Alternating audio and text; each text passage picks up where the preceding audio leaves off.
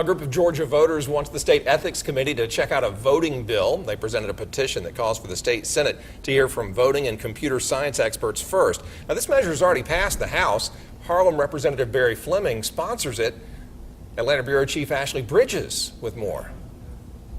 Hours-long lines, broken voting machines, wrongly identified votes, and machines not working because of issues as basic as power cords were just some of the problems reported with Georgia's voting machines during the last election. Republican House leadership disagreed, saying the election was a success because of registration numbers. But hear me loud and clear. There was no failed system. And I'll say it again louder for those in the back. There was no failed system.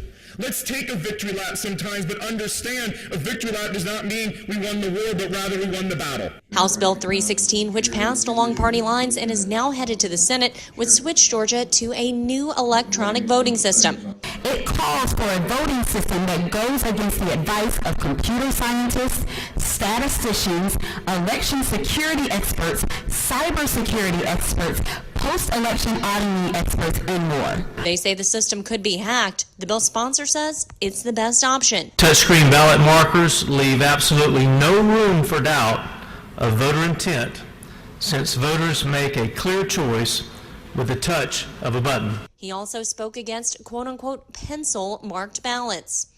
But opponents say that's misleading. You mentioned pencils, and I've been working on this for a couple of years, and I don't think I've ever heard anyone who advocates hand-marked paper ballots recommend pencils be part of that. Is that something that you're hearing? They claim the machines are being pushed through because of the relationships between legislators and lobbyists. Why are we voting for a system that is far more expensive and far less secure? This bill before you, however, is about voting machines lobbied by vendors. Vendors who could present any option, barcodes or verbatim printouts, except for paper ballots, if the bill passes the Senate. Reporting in Atlanta, I'm Ashley Bridges. Georgia's Secretary of State says the new voting machines would be less expensive. It is blatantly misleading to compare 10 years of costs for hand-made paper ballots to the initial cost of purchasing these machines.